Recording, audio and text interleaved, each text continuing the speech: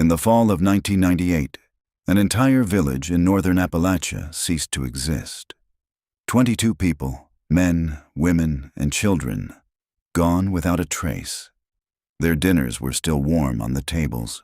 Radios were still playing. The dogs were left unfed.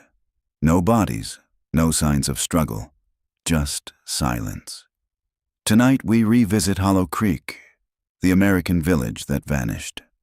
If you're drawn to stories of the unsolved, the uncanny, and the unforgettable, subscribe.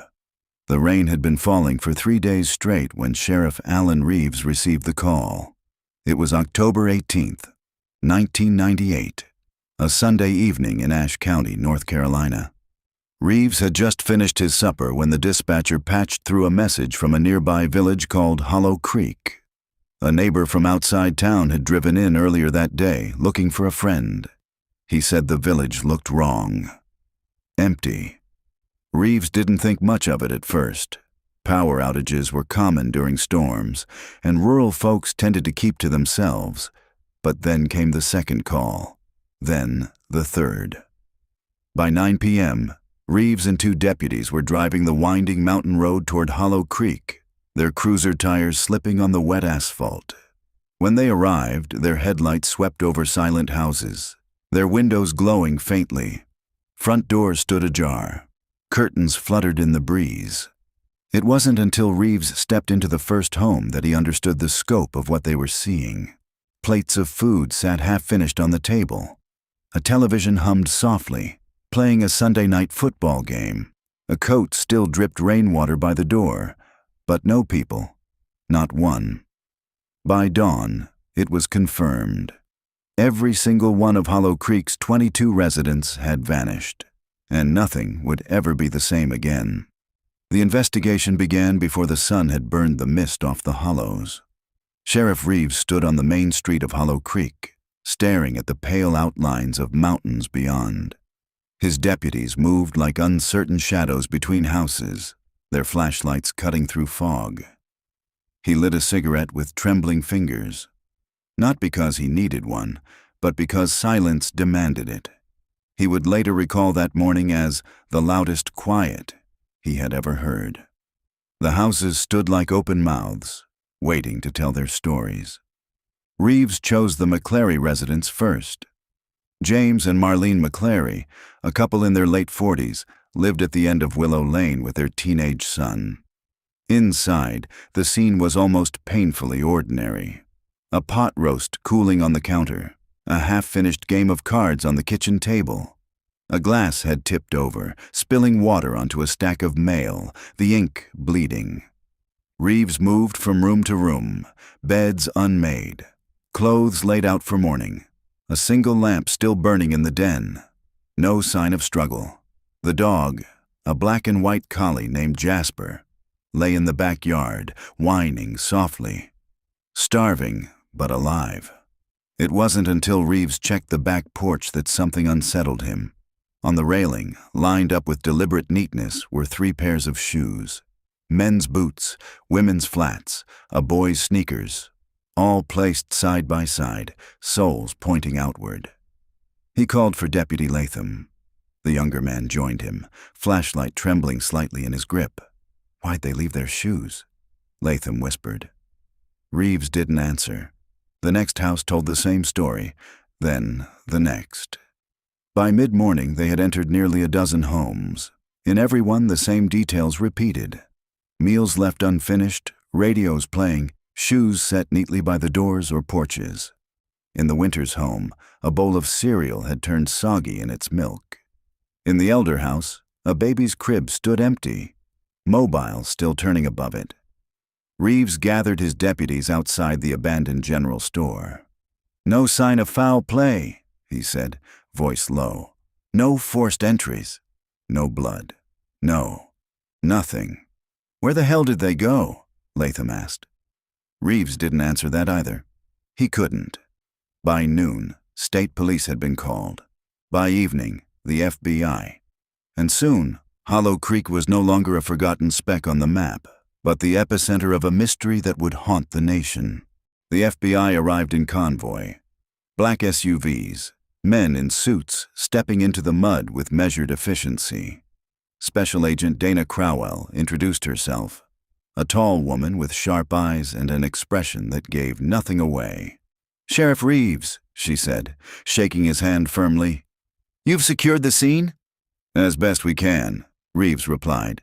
"But the whole village is a scene." Crowell glanced around at the clustered houses, the fog still clinging to the mountainside. "Then we'll start house by house." That night, floodlights bathed Hollow Creek in harsh white glow.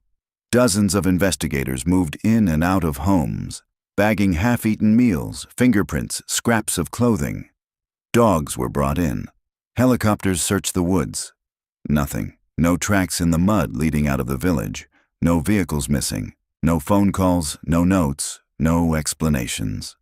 Just absence. By the third day, the press descended. Satellite trucks lined the mountain road. Reporters shoved microphones at anyone willing to speak. "Where did they go?" one asked. Sheriff Reeves stared at the cameras, his cigarette burning down to the filter.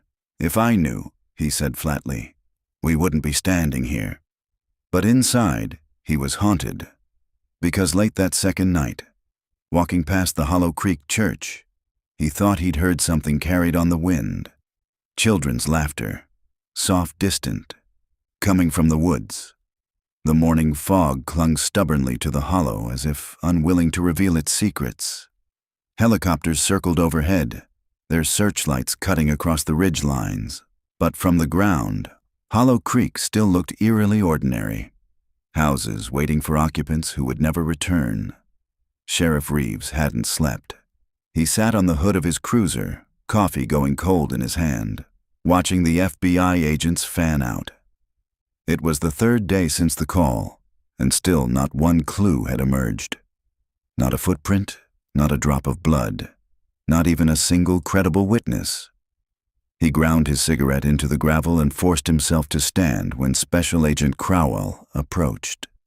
She looked impossibly awake for someone who had also been working round the clock. "Sheriff," she said, "we've gone through 12 houses so far.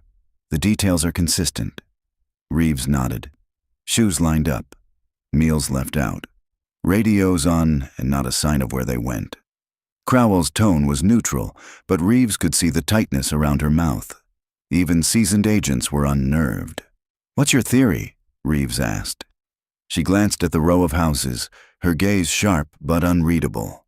"Right now, my job is to collect evidence, not form theories." "That's convenient," Reeves muttered. She shot him a look, but let it pass. By noon, the search expanded beyond the village. Teams of dogs combed the woods, handlers calling into the mist. State troopers walked shoulder to shoulder through fields, marking grids with fluorescent tape. The creek that gave Hollow Creek its name was dragged, its black waters swirling under floodlights. Nothing. The press called it the Vanishing Village. Reporters speculated wildly. Cults, alien abduction, chemical leaks, mass suicide. Every network wanted footage of the empty homes, the half-finished meals, the silent streets. Inside one house, a cameraman whispered to his producer, "It looks staged." Like someone meant for us to find it this way, Reeves overheard. He said nothing, but the idea gnawed at him. That night, the FBI set up a temporary command post inside the village church. The pews were pushed aside to make room for maps, radios, and stacks of evidence bags. Floodlights outside turned the stained glass into glowing panes of red and blue. Reeves wandered in late, the smell of damp wood mixing with coffee and sweat. He lingered near the back, watching the agents debate. Crowell stood at the front, pointing to a map of the county. There are no recent missing persons reports from outside Hollow Creek. No indication of mass travel. Phones were left behind. Vehicles, too. The disappearance was contained. That's the strangest part. "Could they have walked out?" an agent asked. "Through miles of mud and woods without leaving tracks?" "All 22 of them." Murmurs rippled through the room. Reeves shifted uncomfortably. He thought again of the sound he'd heard. The laughter outside the church on that first night. He had told no one. Not yet. When the meeting broke, Crowell caught him by the door. "You look like you want to say something." Reeves hesitated. "I don't have proof." "Proof comes later." "What is it?" He lowered his voice. "The first night I thought I heard children." Outside, near the woods. Her expression didn't change. And that was before I knew all the kids were gone. For the first time, Crowell looked unsettled. "Sheriff," she said quietly, "you'll need to write that down." The following morning, the search shifted focus. Instead of looking for the missing, agents looked for patterns. One by one, they built profiles of the 22 residents. Farmers, teachers, shopkeepers, children. Nothing to connect them except geography. No criminal records, no debts, no history of violence.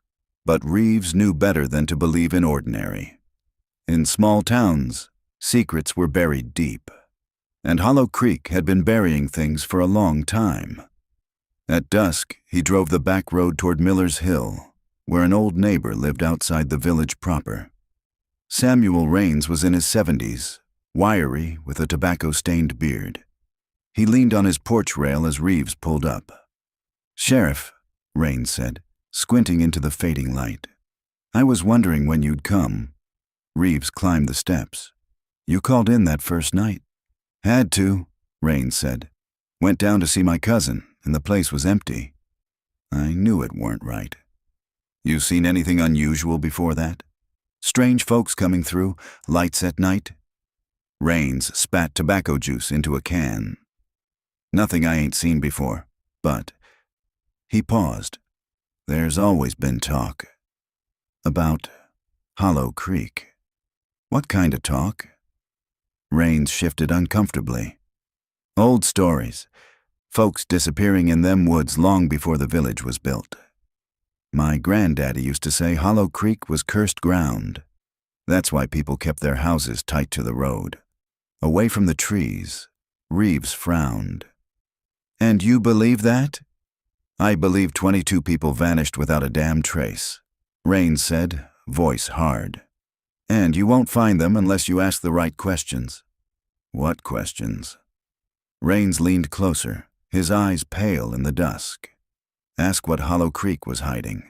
Ask who wanted it kept quiet." The wind shifted, carrying the sound of leaves rustling in the dark woods beyond.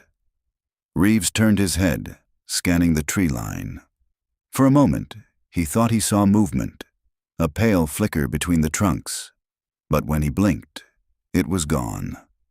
When he looked back, Raines had gone inside, leaving Reeves alone on the porch with the echo of his words. Driving back, Reeves gripped the wheel tight. He had spent his career laughing off talk of curses and ghost stories. But Hollow Creek was testing him in ways he hadn't imagined. Back in town, floodlights burned against the fog. FBI agents moved in and out of houses like restless ghosts. And somewhere in the woods beyond the village, a sound carried faintly on the wind. Children's laughter. Again. Reeves stopped in his tracks. His heart hammered. This time, he wasn't the only one who heard it. 2 deputies near the tape froze, their flashlights trembling. One whispered, "Sheriff, tell me you hear that too." Reeves swallowed hard. He nodded once. The sound faded, swallowed by the trees. For the first time since Hollow Creek vanished, Reeves felt certain of one thing. They weren't just searching for missing people. Something was watching them. The command post buzzed like a hive the next morning. Maps spread across folding tables, red pins marking each home. Photographs of the missing were taped to a corkboard. Faces staring blankly out, their smiles frozen in time. Agent Crowell stood at the center, giving orders. She had that sharp tone Reeves recognized, the voice of someone trying to anchor chaos with structure. "Every item bagged and cataloged by 1800 hours," she said. "I don't care if it's a spoon or a sock. If it's out of place, it gets logged." Agents moved briskly, carrying stacks of evidence bags. A few reporters tried to peek through the church windows before state troopers chased them off. Reeves lingered near the back, rubbing the stiffness from his neck. He had been in law enforcement for 25 years. He had seen drownings, car wrecks, suicides, the messy ends of ordinary lives. But he had never seen a case where nothing made sense. Crowell noticed him and beckoned. "Sheriff, walk with me." They stepped outside. The mist had thinned, revealing the ridges beyond. The houses looked deceptively peaceful in daylight, their windows bright, porches tidy. "We found something in the elder house," Crowell said. Reeves raised an eyebrow. "Go on." She handed him a sealed evidence bag. Inside lay a child's drawing, crayon on yellow paper. It showed a row of stick figures holding hands, standing at the edge of a forest. Above them, in jagged black strokes, loomed a taller figure with no face. The hairs on Reeves's arms prickled. "Which kid drew this?" "Belonged to the elder boy, age 7. His mother kept his schoolwork in a box under the bed. This one was set apart. Different paper, different style. We think it was drawn recently." Reeves studied the faceless figure. The proportions were wrong, too tall, arms too long. "And nobody mentioned this before?" Crowell's expression hardened. It wasn't in the initial household inventory. Somebody put it there, or left it there. Reeves exhaled smoke. "So, either the boy drew something he saw, or someone wanted us to see it." Crowell didn't answer. She didn't have to. By noon, forensic teams had processed most of the homes. They found fingerprints, all belonging to residents. DNA samples, hair, skin flakes, confirmed the families had lived there until the night they disappeared. But nothing foreign. No unknown prints, no outsiders. It was as if Hollow Creek had swallowed itself whole. Deputy Latham joined Reeves on the street, face pale. "Sheriff, you ought to see this." They walked to the Winters' home. Inside, an evidence tech pointed to the dining room wall. Beneath the wallpaper, faint markings had been carved into the plaster. Reeves leaned close. Words, scratched with something sharp. "We fed him." Crowell appeared beside him, lips pressed tight. "We'll get it analyzed." Reeves stared at the words until his vision blurred. Fed him. The house was empty, the table still set for dinner. And someone had written a message that sounded like ritual, not accident. "Who the hell is him?" Reeves asked. Nobody answered. That evening, the FBI brought in families of the missing to interview. The small community hall outside town filled with anxious relatives, parents, siblings, cousins. Their voices echoed off the wood-paneled walls, a mix of anger and grief. Reeves sat in on the sessions. One by one, families recounted the last phone calls, the last visits. None described fear, none reported conflict. "They were normal," said one woman, wringing her hands. "James called me about fixing his roof. Nothing unusual." "My sister was planning the school fundraiser," said another. "She had lists written out." People don't just walk away from that. Crowell asked careful questions, her tone steady. "Any unusual visitors in town? Outsiders?" Heads shook. No strangers, no travelers. Hollow Creek had been insular. That was part of its identity. Reeves noted the patterns. Everyone agreed on one thing. The villagers had been preparing for an ordinary week. And then, they were gone. After the sessions, Reeves drove back through Hollow Creek alone. Night pressed heavy over the hills. The floodlights had been dimmed, the FBI working skeleton crews. The houses glowed faintly, windows catching moonlight. He parked by the church and sat in silence. His father had always said the mountains held secrets older than people. Reeves used to laugh at that. Tonight, he wasn't laughing. He stepped out, gravel crunching under his boots, and walked toward the woods. The trees loomed black and still. Halfway down the slope, he froze. A figure stood between the trees, tall, motionless, watching. Reeves's breath caught. He reached for his flashlight, snapped it on. The beam hit only branches. No figure. He stood for a long moment, heart hammering before turning back. His boots squelched in mud, but another sound threaded the silence. Laughter, soft, high-pitched, like children at play. It came from deeper in the woods. Reeves gritted his teeth, fighting the urge to follow. His deputy had heard it too the night before. He wasn't losing his mind, but he was starting to believe something no training manual could prepare him for. Hollow Creek hadn't just lost 22 souls. Something had taken them. The rain finally broke on the 5th day. Sunlight cut through the clouds, sharp and indifferent, revealing Hollow Creek in its full desolation. 22 houses, all neatly kept, all abandoned. The village looked alive only from a distance. Up close, it was a stage with no actors.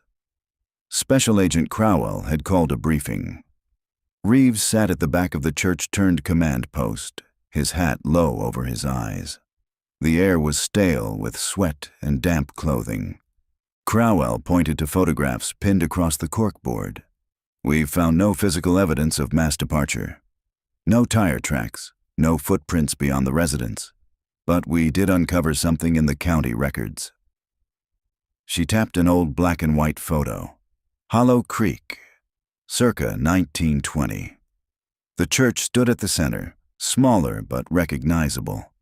Rows of simple wooden homes flanked the dirt road.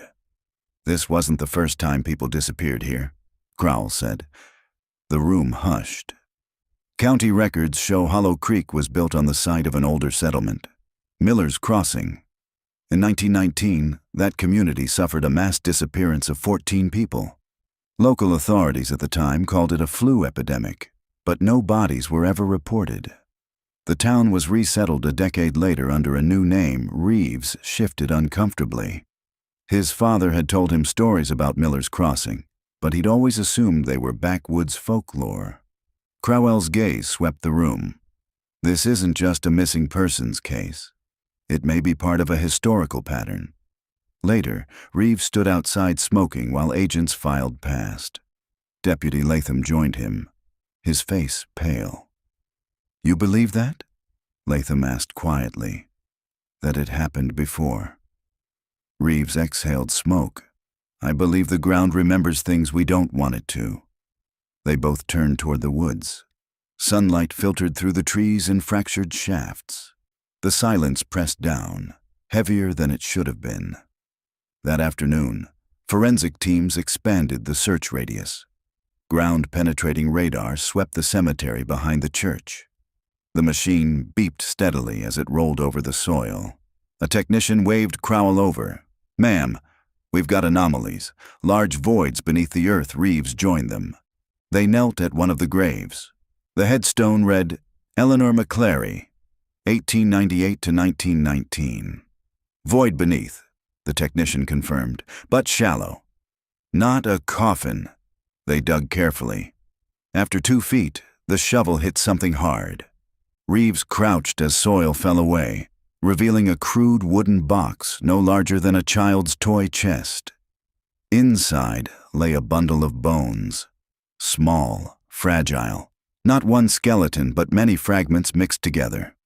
Reeves felt his stomach turn. "These aren't from 1919, Crowell said grimly. "Some are recent." The cemetery became a crime scene within the hour. Multiple shallow boxes were unearthed, each containing bones, human, animal, indistinguishable in places. Some showed cut marks, others were charred. One skull, small as a grapefruit, bore deliberate carvings across the crown. Reeves stared at it, his throat dry. He couldn't decipher the symbols, but they felt old. Older than the town itself. That evening the press swarmed when word leaked. Reporters shouted questions, cameras flashing. Is this a ritual site? Were the villagers part of a cult? Are the missing presumed dead? Crowell pushed through without comment, but Reeves caught a reporter's words lingering in the air. They fed him. The phrase carved into the winter's wall, the phrase now on every reporter's lips. Inside the church, tension simmered. Agents whispered of cults, of sacrifices. Reeves sat with Latham near the back. "You hear it last night?" Latham asked. "Hear what?" "The laughter." Reeves' chest tightened. He had hoped the others hadn't noticed. "Yeah." Latham's eyes darted to the windows. "Sheriff, it wasn't just kids. I heard a man, too. Deep voice. Like he was calling them." Reeves didn't answer. He couldn't. Because last night, lying awake in his office, he thought he'd heard the same thing. Children laughing, yes, but woven through it a voice, low and commanding, speaking words he couldn't understand. Just after midnight, a scream shattered the uneasy calm. Reeves bolted upright and ran outside with his deputies. One of the FBI agents was stumbling out of the Winters house, eyes wide, flashlight shaking in his hand. "What happened?" Crowell demanded. The agent's face was white. I saw someone inside, a man, standing in the hallway. They swept the house with floodlights. Every room empty. Dust settled in the beams. "You sure it wasn't another agent?" Crowell pressed. The young man shook his head violently. "He was tall. Too tall. His face was—" He broke off, trembling. "I don't want to say." Crowell dismissed him to rest, but Reeves caught the way the other agents exchanged glances. The village was working on them, eroding their nerves. Back inside, Reeves sat alone in the Winters dining room, staring at the words carved beneath the wallpaper. "We fed him." His cigarette ash trembled. What if the villagers hadn't been taken? What if they'd gone willingly? The Hollow Creek courthouse hadn't been used in years. Dust coated the floor like snowdrifts. Shelves sagged under the weight of decaying ledgers and brittle maps. The county clerk had unlocked the doors reluctantly, muttering that nothing useful would be inside. Crowell wasn't convinced. She moved through the dim records room with measured steps, flashlight beam dancing across boxes. Reeves followed, though every part of him wanted to be back outside. "This is where it starts," Crowell said. "Not the graves. Not the houses. Here, in the paper trail." They opened a box marked 1920, Miller's Crossing. Inside, files detailed the disappearance of 14 residents. The handwriting was neat, almost elegant. The ink faded to sepia. Reeves read aloud, "Cause of death, influenza." He snorted. Not a single body was ever recovered. Crowell leaned closer. "Look here." She pointed to a note scrawled at the bottom of a page. "Recommendation. Site unsuitable for habitation due to recurring disturbances." "Disturbances?" Reeves echoed. Crowell pulled another folder. "Reports from surveyors in 1930, when Hollow Creek was established." Pages described complaints of voices in the woods, livestock mutilated, families moving away after hearing children singing at night. And then, in 1936, an entry that froze them both. Complaint filed by Eleanor Barrett. Entire family missing. House abandoned. Neighbors claim they were taken in the night. Reeves whispered the words again. Taken in the night. His hands trembled despite himself. Back in the present, the courthouse clock struck noon, startling him. He realized he'd been standing in the same place for nearly an hour, staring at the pages. Crowell stacked documents methodically. "We need to scan these. This is bigger than a cold case. This looks generational." Reeves tried to focus, but a noise tugged at him. A faint tapping, rhythmic, from the far wall of the records room. He turned his head slowly. The wall was lined with old cabinets. One drawer, second from the bottom, rattled ever so slightly. Reeves walked toward it, every step heavy. He pulled the drawer open. Empty. But the tapping didn't stop. It came now from behind the cabinet, deeper in the wall. "Sheriff?" Crowell's voice was sharp, pulling him back. The tapping ceased instantly, like it had been listening. Reeves forced a nod. Nothing. Rats. Maybe Crowell eyed him carefully, then went back to her files. Reeves kept his back to the wall for the rest of the search. That night, the command post buzzed with grim energy. Agents scanned the old records, piecing together a timeline of disappearances stretching back a century. Every 20 to 30 years, one of them reported, there's a cluster.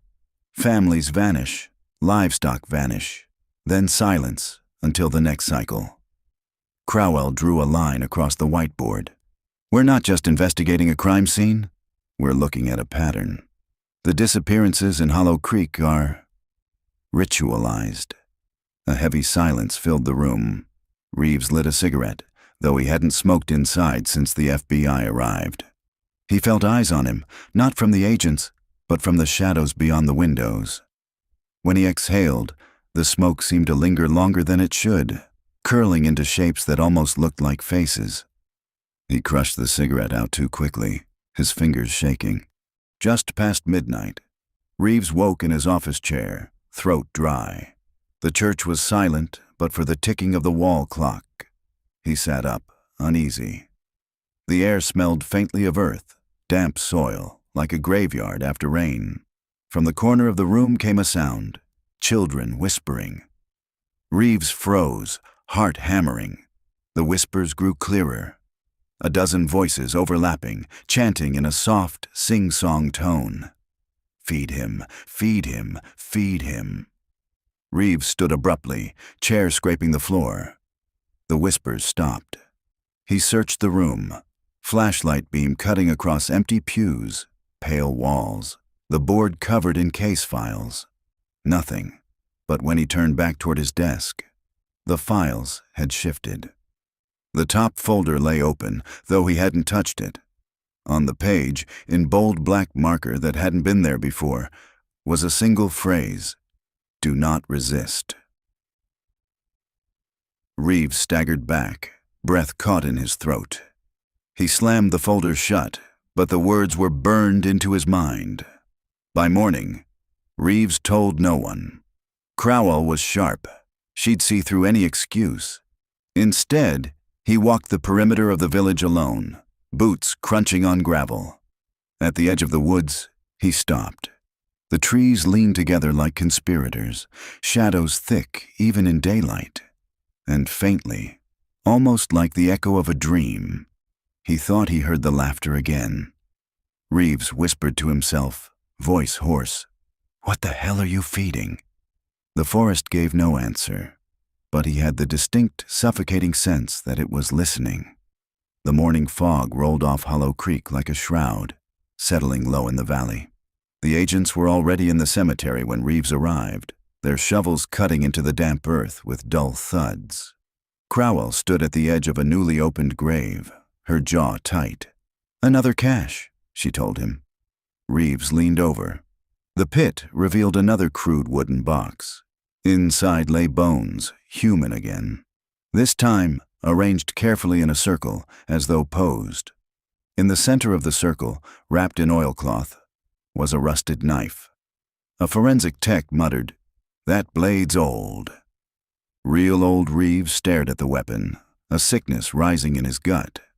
The handle was carved with symbols, crude spirals and lines. He didn't recognize them, but they seemed familiar in a way that disturbed him. Crowell ordered the evidence bagged, but Reeves's gaze clung to it, unwilling to look away. By afternoon, the agents had unearthed 5 such boxes.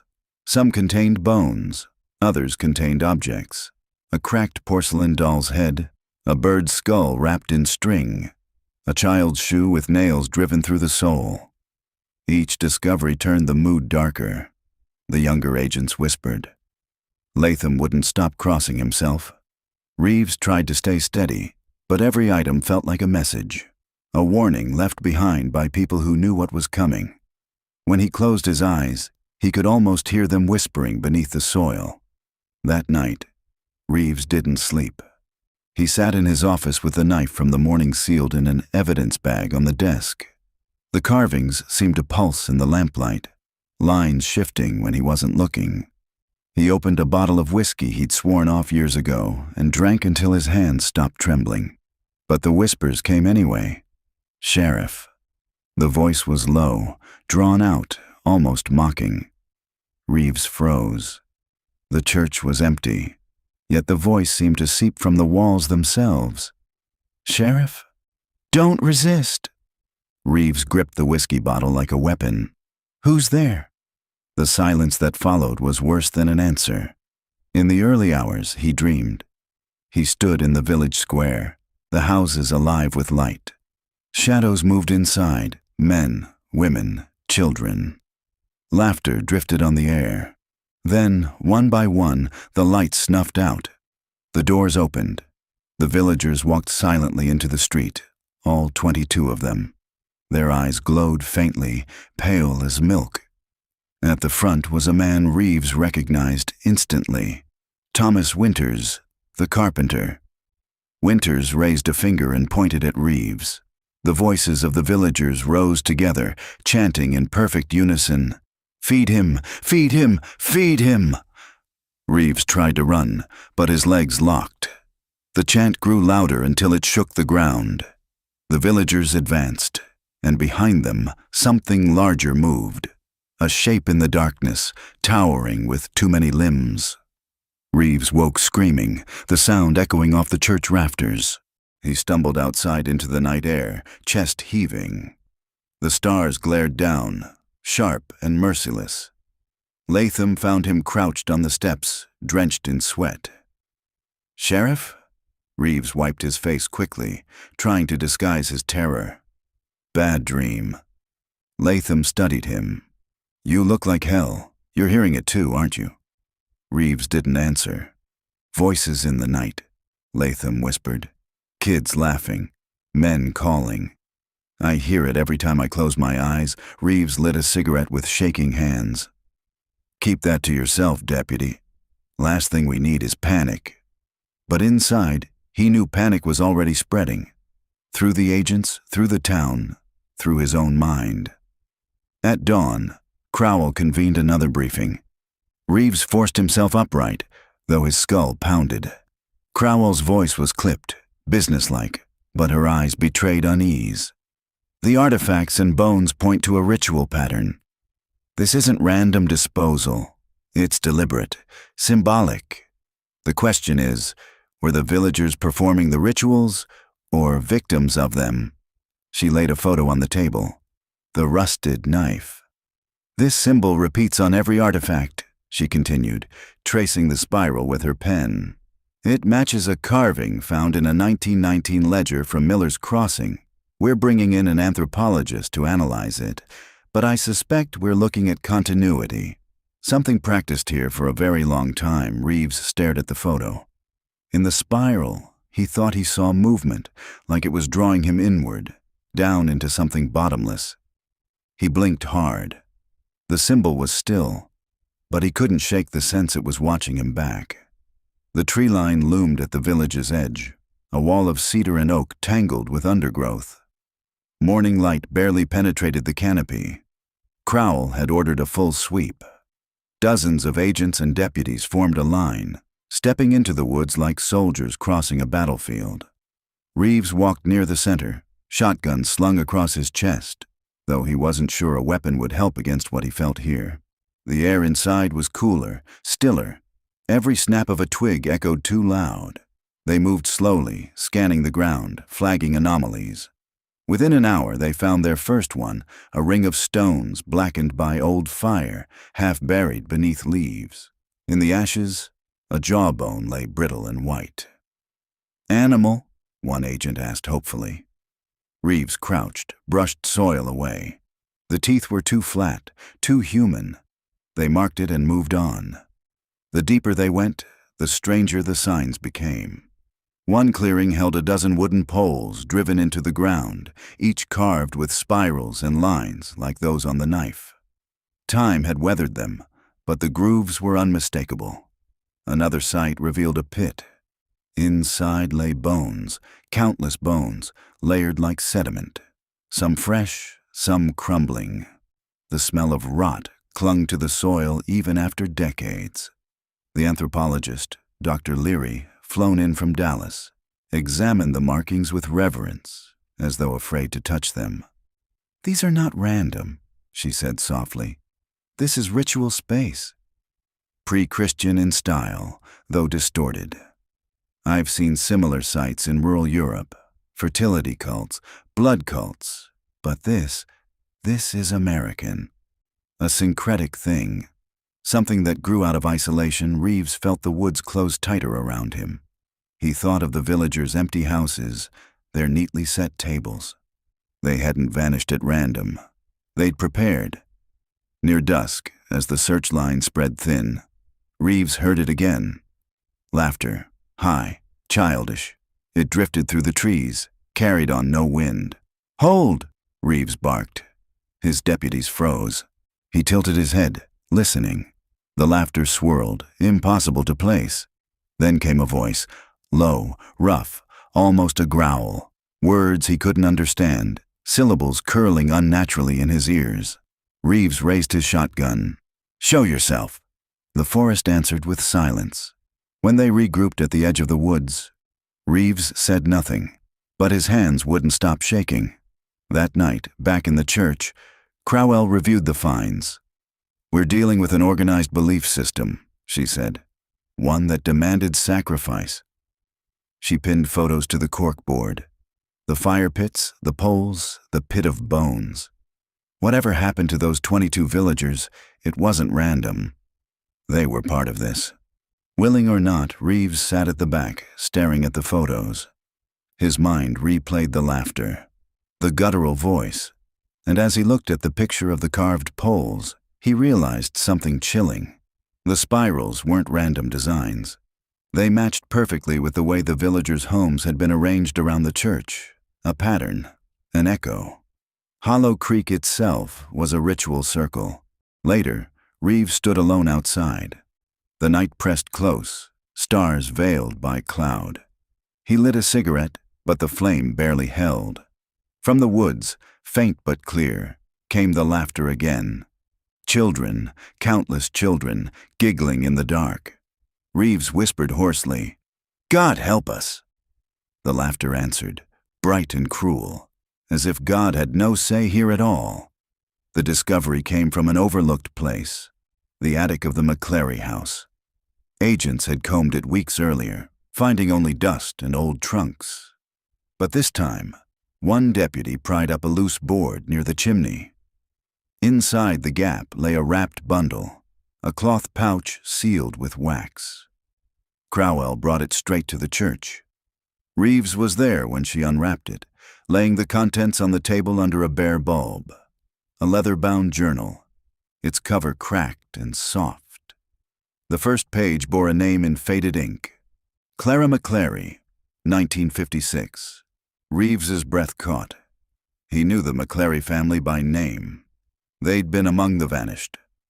Crowell opened to the first entry. The handwriting was delicate but steady. April 2nd, 1956.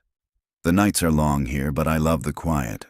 Thomas says we are lucky to live apart from the world. I believe him.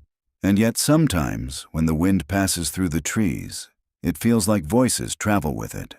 The entries began simply.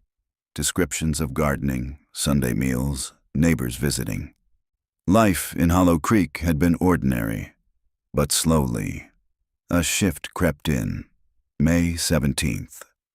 Last night, Margaret Barrett woke screaming. She said she heard children playing outside her window, but when Thomas checked, the yard was empty. The laughter did not stop until dawn. June 3rd. Father O'Leary preached against fear. He told us the devil prowls in lonely places, but the Lord protects us. Still, I saw him trembling when the voices began in the middle of his sermon. June 21st. The children have stopped speaking. All of them.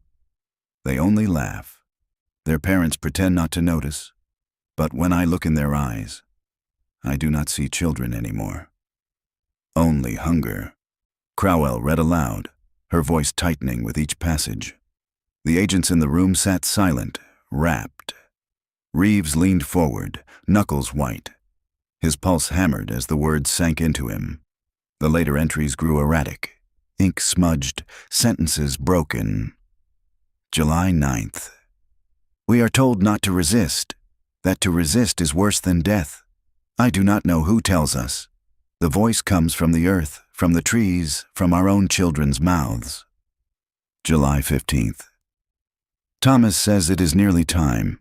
He kissed me tonight and said we would not be afraid. But I saw tears in his eyes. He has carved the spiral into our door, just like the others. He says it is a promise. I think it is a mark of surrender. The final entry filled only half a page. The handwriting shook with haste. July 23rd. They came to every door. They said it is tonight. The children led the way, holding hands, singing. My neighbors followed. Thomas followed.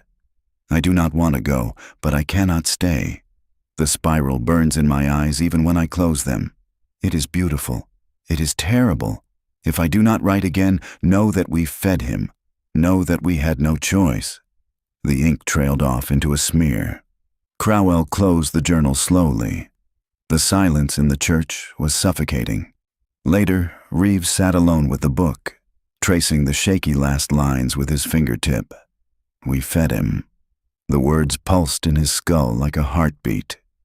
He imagined Clara, her candle guttering in the dark as she scribbled those final words. Did she walk willingly into the woods that night? Or was she dragged, laughing against her will? Reeves shut the journal, but he felt no relief. Only dread. Because he knew now, the villagers hadn't vanished. They had given themselves, and whatever had taken them was still waiting. The storm broke at dawn. Rain hammered the village, turning paths into rivers of mud.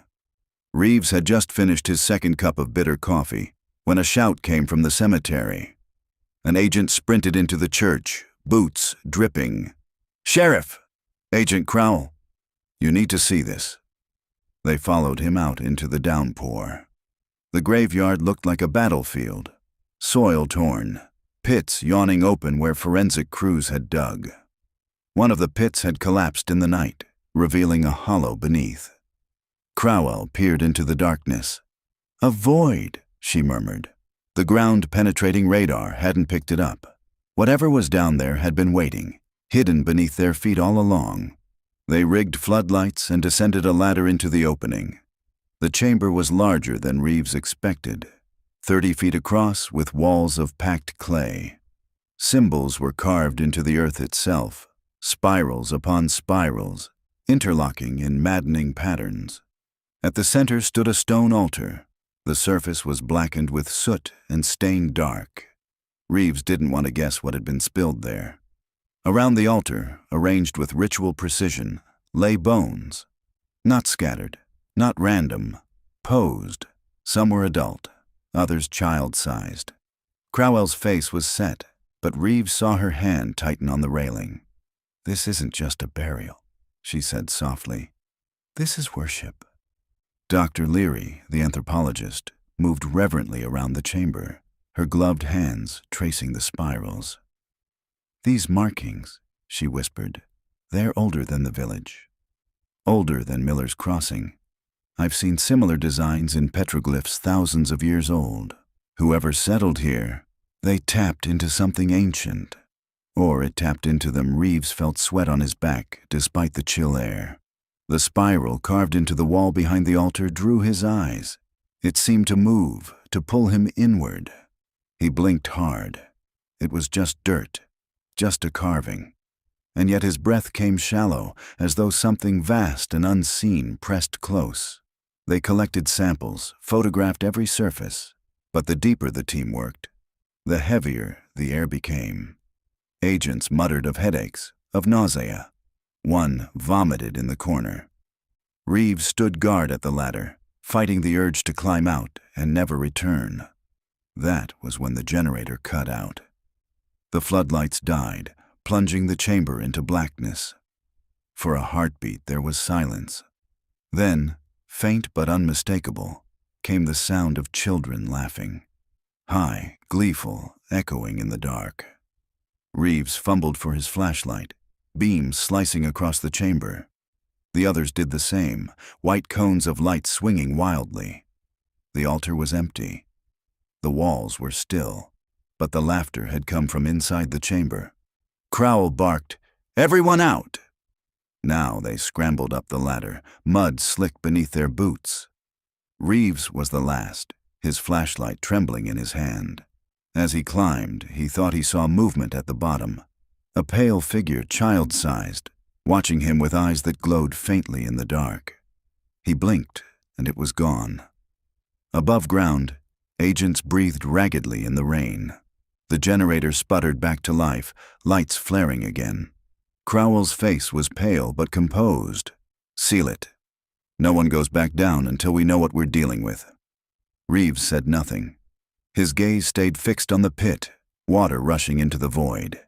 He had seen something down there. He was sure of it. And it had seen him too. That night, Reeves couldn't shake the sound of the laughter. It followed him into his office, into his dreams. When he finally drifted into uneasy sleep, he dreamed of the chamber again. The spirals pulsed, glowing faintly. And in the center, on the altar, lay the blue leather journal. Its pages fluttered in a wind that wasn't there. The final words burned across the open page. "We fed him." Reeves woke with a start, throat raw from screaming. Rain hammered the church roof, drowning the village in white noise. Inside, the command post was unraveling. 2 agents shouted across the room, their voices sharp, cracking with exhaustion. "You didn't log that evidence bag." "I logged it. You're the one who left the latch open." Crowell slammed her hand on the table. "Enough." The room went quiet, but the silence was brittle. Reeves could feel it. Everybody was fraying. Days of sleepless nights, strange discoveries, the whispers no one wanted to admit they heard. Reeves lit another cigarette, ignoring Crowell's glare. Smoke curled toward the rafters. "You all feel it, don't you?" he said finally. His voice was rough, low. "This place doesn't want us here."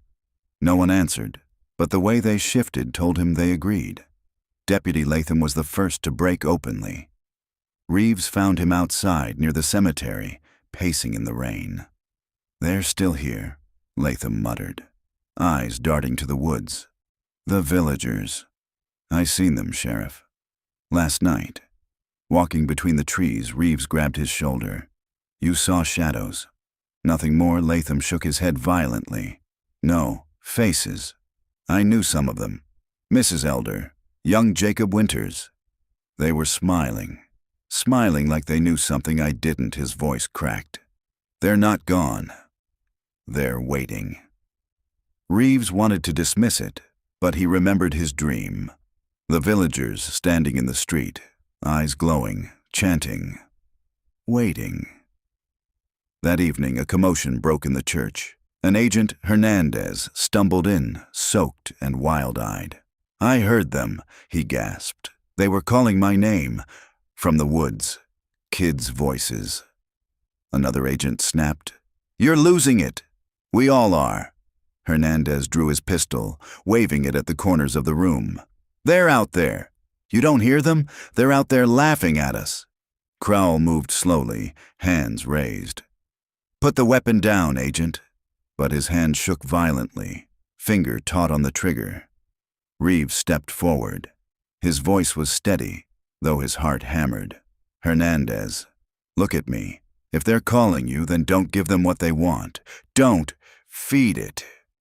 The words slipped out before he realized he'd spoken them. Hernandez froze, his gaze locking on Reeves. Slowly, trembling, he lowered the gun. Crowell seized it, jaw tight. The church fell into stunned silence. Later, Crowell cornered Reeves outside. Rain slicked her hair, her eyes hard. "What did you mean by that?" Reeves hesitated. "What?" "Don't feed it." "You said it like you knew what was happening here." Reeves exhaled smoke, buying time. "It's in the journals, in the carvings. We fed him. That's all we've got to go on." Crowell studied him for a long moment. "You're not telling me everything." Reeves met her gaze, but his silence betrayed him.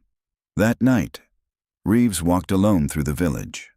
The rain had eased, but mist clung low, swirling around his boots. He passed the Winters house. Its windows were dark, but for an instant he swore he saw a face in the glass. A child, pale and smiling. When he blinked, it was gone. Reeves pressed his palms to his temples. He couldn't tell anymore what was real and what Hollow Creek wanted him to see. But one thought clawed at him relentlessly. If the villagers had been taken, maybe they weren't dead. Maybe they were still here, watching. The storm passed, leaving Hollow Creek sodden and gray. Mud clung to boots, water dripped from eaves, and mist rose off the cemetery like smoke. Crowell ordered a final sweep of the woods. Too many days had passed with nothing but whispers and bones. They needed proof, something concrete. The line of agents advanced between the trees. Reeves trudged near the center, shotgun heavy in his hands. His head ached from lack of sleep, but adrenaline kept him upright. After an hour, a call came from the flank. "We've got something." They converged on a shallow ravine. At the base, hidden beneath ferns, lay the ruins of a shack. The roof sagged, walls leaning, but inside were signs of habitation, blankets laid out, jars of canned food, a rusted lantern still blackened with soot. One agent lifted a tin can. The expiration date read 1999. Crowell frowned. "This is recent." Reeves knelt, running his hand across the blankets. The fabric was damp, but not decayed. Someone had been here. Not decades ago. Days. Then he saw it, pressed into the mud near the doorway, clear as a photograph. A barefoot print. Small, a child's. Still sharp, edges unsoftened by rain. Reeves' breath caught. "They're alive!" The team pressed deeper, following the ravine. They found more signs, a rope swing hanging from a branch, frayed from use, a circle of stones with ashes still warm, and then, carved into a tree, a spiral. Fresh, the bark still bleeding sap. Reeves touched it with trembling fingers. "They're leading us," he whispered. Crowell's face was pale, or luring us. By dusk, the woods grew darker, oppressive. The search line frayed as agents stumbled over roots, nerves snapping taut. That was when the laughter began again. This time, it wasn't distant. It surrounded them, weaving through the trees. High, bright, unmistakably children. Flashlights swung wildly. Agents called out, some with fear, some with fury. Reeves stood frozen. The sound pulled at him, tugging something deep in his chest. He remembered the dream. The villagers walking hand in hand, children leading the way. "Sheriff," Latham hissed, "do you see that?" Reeves turned. Between the trees, pale figures moved. Dozens. Men, women, children, their faces faint in the mist. They walked slowly, deliberately, as if in procession. Reeves' heart hammered. "It's them!" Crowell barked. "Hold your positions!" Nobody fires, but the figures kept moving, silent now, their eyes glowing faintly in the dark. The agent's line broke. Some shouted, others fled. Flashlights bobbed, beams scattering like fireflies. Reeves stood rooted, watching the procession vanish deeper into the woods. Without thinking, he stepped forward. "Sheriff!" Crowell snapped. But Reeves couldn't stop. Every part of him screamed to follow. The villagers were alive. He could feel it. Somewhere beyond the trees, they were waiting for him. That night, back at the church, the team was in shambles. 2 agents hadn't returned. Radios buzzed with static. Crowell slammed her fist on the table. "We end this tomorrow. We go back in force. If the villagers are alive, we bring them out. If not..." She trailed off. No one asked what she meant. Reeves sat in silence, clothes damp, eyes distant. He still heard the laughter in his ears, still saw the procession. They hadn't looked like victims. They had looked like believers. And Reeves feared what they were believing in. They entered the woods at dawn. Crowell led the way, her face set, flanked by what remained of the FBI team. Floodlights rigged to generators cut through the mist, casting the trees in stark shadows. Shotguns and rifles gleamed wet with dew. Reeves moved among them, silent, his every step heavy with inevitability. He knew where they were going. The villagers had shown him in dreams, in whispers, in glimpses at the edge of the dark. Toward the chamber, toward the heart. The path wound deeper than before, through gullies and over ridges where the mist clung thickest. The further they went, the quieter the forest became, until even the birds refused to sing. And then, faint at first, came the laughter. Children, dozens of them, sweet, bright, unnatural. The agents froze, weapons trembling. "Stay together," Crowell barked, but her voice was thin against the rising chorus. Figures appeared between the trees, pale, indistinct at first, then sharper. Men,